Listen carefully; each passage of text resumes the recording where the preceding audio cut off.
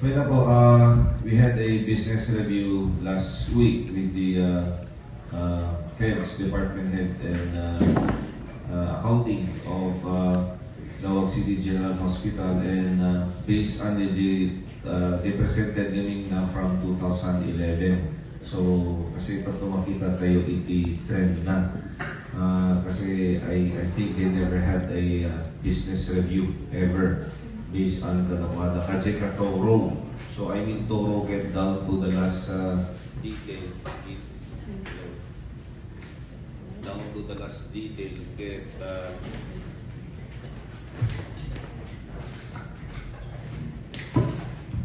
down to the last detail na-discuss tayo with the operations with the City General Hospital.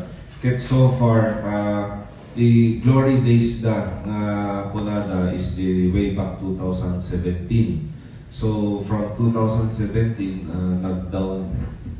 medyo nag-down the services due to equipment, lacking of medical equipment like the CT scan kasi na 30. So from COVID, from the pandemic ingana hindi 2023-24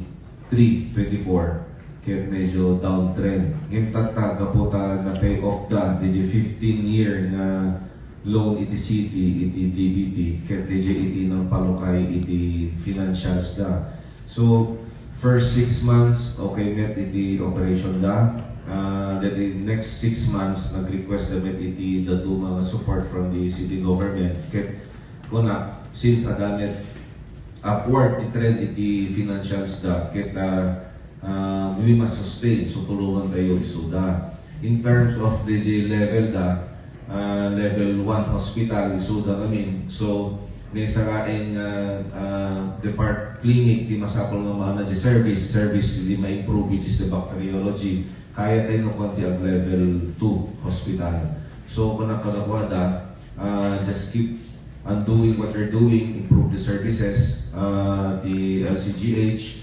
Then siguro at the end of the year, kaya tayo i-provide di gamit kang taon na mang tutok ka di bacteriology, we will be able to obtain the level 2 hospital, the Lawag City General Hospital.